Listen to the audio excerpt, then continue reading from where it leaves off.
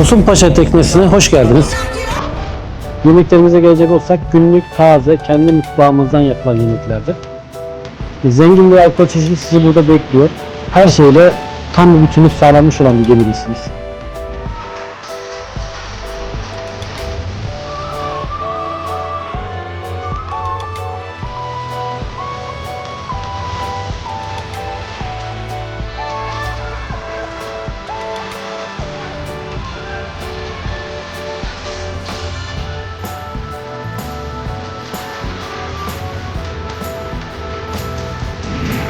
Gerek eğlence, gerek oriental show, gerek dervish show gibi sahnelerimiz var. Bu sahnelerle gece boyunca devamlı hızlı şekilde ilerleyecek olan bir akışa sahip olacaksınız.